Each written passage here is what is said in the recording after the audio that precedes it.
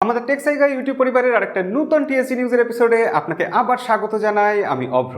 আজকের ভিডিওর শুরুতেই বলবো, চারিদিকে একটাই কথা শোনা যাচ্ছে, র্যাম র্যাম আর র্যাম। র্যাম কি এতটাই ইম্পর্টেন্ট আমাদের ফোনের জন্য? র্যাম ছাড়া কি ভালো গেম প্লে হয় না? কত জিবি র্যাম আসলে আমাদের ফোনের প্রয়োজন?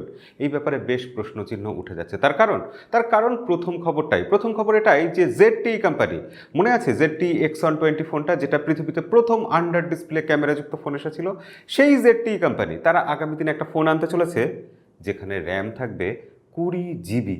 20 জিবি র্যাম কি কাজে লাগবে আমাদের? এত র্যাম কি সত্যিই আমাদের প্রয়োজন আছে? 12 জিবি র্যাম আমাদের ফোনে থাকে, সেটার কি দরকার আছে? নাকি আজকের দিনে দাঁড়িয়ে আমরা র্যামের জন্য অকারণে বাড়তি টাকা খরচা করছি? কালকে এই নিয়ে একটা ভিডিও অবশ্যই আমাদের চ্যানেলে আসবে, ভিডিওটা দেখতে ভুলবেন না, মিস করবেন না। তো র্যাম বিষয়ে ভিডিও হবে। টেক নিউজে আমরা অলরেডি ঝাঁপিয়ে পড়েছি, তাই আমরা দ্বিতীয় খবরের দিকে যাব।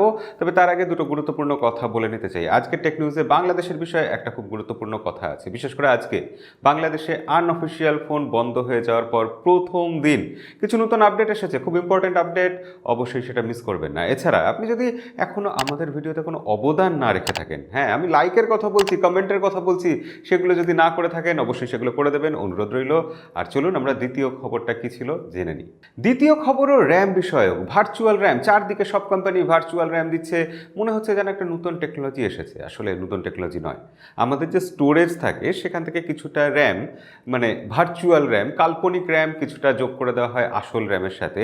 এই যে টেকনোলজিটা, এটা আসলে 2010, 11, 12 যে সময়টা আমরা আর কি ফোন রুট করতাম, খুব জনপ্রিয় ছিল রুট করার ব্যাপারটা, কাস্টম রম ইউজ করতাম, সেই সময় আমরা এটা করতাম। কিন্তু সেই জিনিসটাই কোম্পানি এখন নতুন করে নিয়ে এসছে এবং সেটা এমনভাবে মার্কেটিং করছে যেন কি একটা অভিনব কিছু হলো।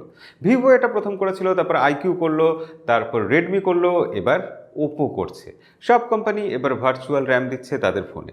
এবং ভার্চুয়াল র্যামের ব্যাপারে আজকের খবর এটাই যে ওপো ফাইন্ড X2 প্রো, এই ফোনটাতে ভার্চুয়াল র্যাম আপডেটের মাধ্যমে এনেবল করে দেওয়া হয়েছে এবং সেখানে 7 জিবি ভার্চুয়াল র্যাম আপনি যোগ করতে পারবেন। অর্থাৎ 12 জিবির ফোন অলরেডি ফিজিক্যাল র্যাম রয়েছে, তার সাথে আরও 7 জিবি যোগ হয়ে 19 জিবি র্যাম। কি কাজে লাগবে 19 জিবি র্যাম? এত গেম প্লে করবেন বা কোন গেমে 19 জিবি র্যাম লাগে? আমাকে প্লিজ কারো জানা থাকলে কমেন্টে লিখে জানাতে ভুলবেন না। Marketing marketing marketing, phone company এত কিছু কেন করছে? ফোন বিক্রি করার জন্য মার্কেটিং করছে, হাইপ তৈরি করার জন্য। এবং এই মার্কেটিংয়ের একটা বড় সড়ো অংশ আমরা কিছুদিন আগেই দেখলাম, ক্যামেরার ক্ষেত্রে OnePlus কোম্পানি হ্যাসেলব্লাডের সাথে টাই আপ করেছিল এবং ওই নামেই টাই আপ, খুব কিছু ইমপ্রুভমেন্ট হয়েছে কি না সেরকম কোনো রিপোর্ট আমরা পাইনি। এবং কালার ক্যালিব্রেশন একটু ভালো হয়েছে এরকম কিছু বলা হচ্ছে। এছাড়াও আমরা দেখেছি নোকিয়ার ক্ষেত্রে জাইস কোম্পানির সাথে নোকিয়া টাই আপ করেছে দীর্ঘদিন ধরে। আমরা দেখেছি হুয়াওয়ের সাথে লাইকা কোম্পানি দীর্ঘদিন ধরে টাই আপ করেছে। এছাড়া বিভিন্ন কোম্পানির সাথে, যেমন নতুন শোনা যাচ্ছে স্যামসাং টাই আপ করছে অলিম্পাসের সাথে। শাওমি আগামী দিনে লাইকার সাথে, অর্থাৎ যে কোম্পানির সাথে হুয়াওয়ের টাই আপ ছিল সেই কোম্পানির সাথেই টাই আপ করবে। অর্থাৎ বড় বড় ক্যামেরা ম্যানুফ্যাকচারিং কোম্পানির সাথে স্মার্টফোন কোম্পানিগুলো টাই আপ করছে। এবং এটা যতটা বেশি কাজের, আমার মনে হয় তার থেকে বেশি গিমিক। তাই নতুন আরেকটা খবর এসেছে এবং এই খবরটাও আমার গিমিক মনে হচ্ছে। রিয়েলমি কোম্পানি কোডাকের সাথে, কোডাকের নাম নিশ্চয়ই আপনারা সবাই শুনেছেন, মানে ক্যামেরার সেগমেন্টে একটা স্বনামধন্য কোম্পানি।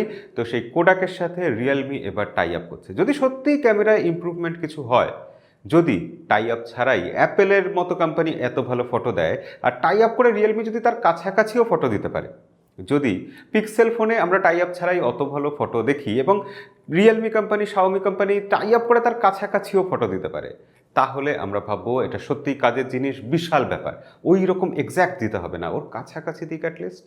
বিজ্ঞানের খবর ইদানিং আমাদের চ্যানেলে একটু কম হয়ে গেছে, তো আজকে বিজ্ঞানের খবর, শুধু বিজ্ঞানের নয়, মহাকাশের খবর, শুধু মহাকাশের নয়, এলিয়েনের খবর। ব্যাপারটা এরকম যে নেচার পত্রিকা, পৃথিবী বিখ্যাত নেচার যে জার্নাল আছে, সেখানে 23শে জুন একটা রিপোর্ট এসছে।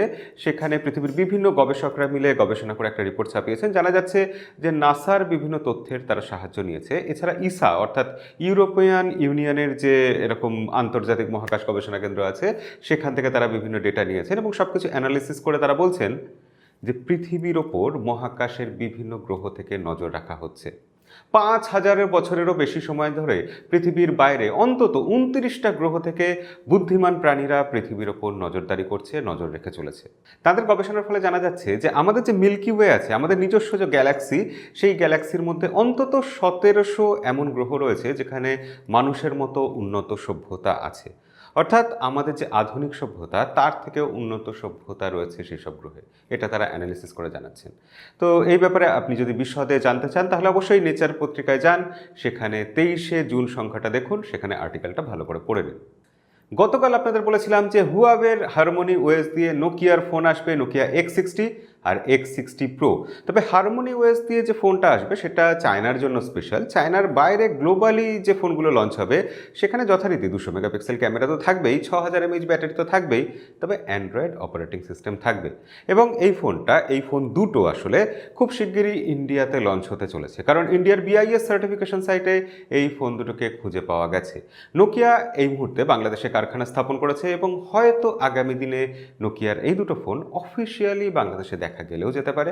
দেখা যাক, এটা খুব একটা গুরুত্বপূর্ণ ব্যাপার হতে পারে আগামী দিনে, আমরা এই ব্যাপারে নজর রাখবো। আর এইসব সব আপডেট পাওয়ার জন্য আমাদের চ্যানেলটা যদি এখনো সাবস্ক্রাইব না করে থাকেন, খুব কঠিন কাজ না, চট করে একটু লাল বাটনটা প্রেস করে দেখবেন, ওটা অনায়াসে কালো হয়ে যায়। আপনারা জানেন যে জেফ বেজোস, অ্যামাজনের প্রাক্তন সিইও, তিনি মহাকাশে যাবেন, পৃথিবীতে স্পেস ট্যুরিজম তিনি সূচনা করবেন এবং প্রথম ব্যক্তি হিসাবে তিনি এই সম্মান পাবেন। 20 বা 22শে জুলাই তার যাওয়ার ডেট ছিল, কিন্তু তারও আগে 11ই জুলাই আর একজন মার্কিন ধনকুবের মহাকাশে যাচ্ছেন। রিচার্ড ব্রানসন, তিনি ভার্জিন গ্যালাকটিক যানে মহাকাশে যাচ্ছেন 11ই জুলাই। সেক্ষেত্রে বিশ্ব রেকর্ড তিনিই করে ফেলবেন। স্যামসাং তাদের গ্যালাক্সি জি ফোল্ড সিরিজের ফোন লঞ্চ করলো এবং শাওমিও তারপর ফোল্ডিং ফোন নিয়ে আসলো। কিন্তু স্যামসাং ইতিমধ্যেই জি ফ্লিপ ফোন একটা লঞ্চ করেছে, সেটাও ফোল্ডিং ফোন, তবে সেটা ছোট, তুলনামূলক কম দামি একটা ফোল্ডিং ফোন। তো শাওমি পিছিয়ে থাকে কি করে? শাওমির আগামী কম্পিটিটর তো স্যামসাং। তো শাওমি একটা পেটেন্ট ফাইল করেছে যেখানে জানা যাচ্ছে যে মি ফ্লিপ নামে তারা একটা কিছু ফোন আগামী দিনে আনতে পারে এবং যেটা অনেকটা স্যামসাংয়ের গ্যালাক্সি জি ফ্লিপের মতোই দেখতে। দেখা যাক শাওমি এটা কবে নিয়ে আসে, তবে আমার মনে হয় না এই বছর সেটা আনবে। এতক্ষণ তো অনেক গ্লোবাল খবর হলো, ভারতের খবর হলো, এবার বাংলাদেশের ব্যাপারে বিশেষ খবর এবং খুব গুরুত্বপূর্ণ খবর। বাংলাদেশে আজকে বিটিআরসির তরফ থেকে জানানো হয়েছে যে আজকে থেকে বাংলাদেশে যারা যারা অবৈধ ফোন কিনবেন তাদের ফোনেও সিম লাগানো যাবে, তাদের ফোনে সিম চালু হবে এবং ফোন চলবে, আগামী 3 মাস চলবে। কিন্তু তারপর কি হবে সেটা এখনও বিটিআরসি সিদ্ধান্ত নেয়নি। তারা সিদ্ধান্ত নিয়ে আগামী দিনে জানাবে যে 3 মাস পরে এই ফোনগুলো আদৌ চলবে কিনা এবং সেই অবৈধ ফোন বা আনঅফিসিয়াল ফোনগুলোতে সিম সাপোর্ট করবে কিনা।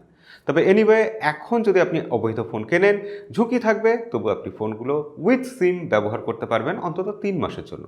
এবার যারা বিদেশ থেকে ফোন নিয়ে আসবেন তারা কি করবেন? তিনি প্রথমে neir.btrc.gov.bd এই ওয়েবসাইটে গিয়ে তিনি নিজের নামটা রেজিস্টার করবেন। তারপর সেখানে স্পেশাল রেজিস্ট্রেশনে গিয়ে তিনি তার যে অবৈধ ফোন বা বাইরে থেকে গিফট পাওয়া ফোনটা আছে সেটার IMEI নাম্বারটা পুট করবেন। তারপর থার্ড স্টেপে তাকে যেটা করতে হবে, তার যে বাইরে থেকে ফোনটা এসেছে তা সেই ফোনের যে ডকুমেন্টগুলো আছে, অর্থাৎ তিনি বাইরে গিয়ে থাকলে তার পাসপোর্ট বা ভিসার যে ডকুমেন্ট আছে, বাইরে থেকে যে ফোন কিনেছেন তার যে বিল আছে, বৈধ বিল, বাইরের দেশে ট্যাক্স দেওয়া বৈধ বিল, সেই বিল, সেই সব কাগজপত্র তিনি আপলোড করবেন স্ক্যান করে। তারপর বিটিআরসি সেই ফোনটার ব্যাপারে কি করবে সেটা 10 দিনের মধ্যে জানিয়ে দেবে। যদি আপনার ফোনে সব কিছু ঠিকঠাক থাকে সেই ফোনটা বৈধ ফোন হিসাবে বিটিআরসির সার্ভারে নথিভুক্ত হয়ে যাবে। আর যদি ঠিক না থাকে তাহলে নথিভুক্ত হবে না, আপনার কাছে একটা মেসেজ আসবে যে আপনার ফোনটা নথিভুক্ত হলো না। তো এইভাবেই চলবে। তো দেখা যাক আগামী দিনে ক্রমশ ব্যাপারগুলো আরও ক্লিয়ার হবে, সব কিছু আপনাদের ক্রমশ জানাবো। আজকে শেষ দুটো খবরে বলবো যে ভিভো একটা ফোনের পেটেন্ট ফাইল করেছে। ফোন কিন্তু এখনও আসেনি, ফোন হয়তো 5 বছর বাদেও আসলো না, এরকমও হতে পারে। পেটেন্ট ফাইল করা মানেই ফোন আসবে এরকম নয়। তো ভিভো পেটেন্ট ফাইল করেছে যে তাদের একটা ফোন এমন দেখা যাচ্ছে যেখানে ক্যামেরাটা যেটা আছে সেই ক্যামেরা মডিউলটা আলাদা হয়ে গিয়ে ড্রোনের মতো ঘুরে বেড়াচ্ছে। মানে সেটা ড্রোনের মতো, একটা ছোট্ট ড্রোনের মতো সেটা ফোন থেকে বাইরে গিয়ে উড়ে উড়ে বেড়াবে এবং ফটো তুলবে, আবার ফোনে ফিরে চলে আসবে। কিন্তু এই ব্যাপারটা কি করে সম্ভব? ওইটা যে ড্রোনটা যে ঘুরে বেড়াবে তার যে পাওয়ারটা থাকবে, অর্থাৎ যে ব্যাটারিটা থাকবে সেটা কত ছোট হবে, সেটা বড় না হলে সেটা কতক্ষণ উড়তে পারবে? ব্যাপারটা সত্যিই কি সম্ভব? এবং ক্যামেরা মডিউলটা যদি সত্যি ড্রোনের আকারে উঠতে হয় তার মধ্যে নিশ্চয়ই কিছু পাখা টাখা থাকতে হবে। সেক্ষেত্রে সেই জিনিসটাই বা কত বড় হবে?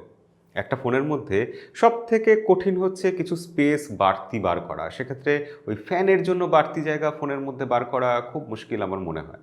এটা কতটা প্র্যাকটিক্যাল আমার খুব সন্দেহ আছে, তবে হ্যাঁ, ভিভো এই পেটেন্ট ফাইল করেছে। আজকে শেষ খবর অ্যাপেলকে নিয়ে। অ্যাপেলের আইপ্যাড প্রো যেটা 2022 সালের শেষের দিকে আসবে, সেখানে যে প্রসেসর থাকবে সেটা 3 ন্যানোমিটার ফ্যাব্রিকেশনে তৈরি হবে। 3 ন্যানোমিটার টেকনোলজি কোথায় গিয়ে পৌঁছচ্ছে, কতটা অ্যাডভান্স হয়ে যাচ্ছে। আমরা ভাবতে পারিনি 2022 সালে আমরা 3 ন্যানোমিটারের প্রসেসর কোনো কোম্পানির থেকেই দেখতে পাবো। খুবই পাওয়ারফুল হবে, ব্যাটারি এফিসিয়েন্ট হবে অবশ্যই। তবে এটা জেনে রাখবেন যে আইফোন যেটা আসবে 2022 সালে, যে আইফোন আসবে সেই আইফোনে কিন্তু 4 ন্যানোমিটার ফ্যাব্রিকেশনের প্রসেসর আসবে, সেখানে কিন্তু 3 ন্যানোমিটার থাকছে না।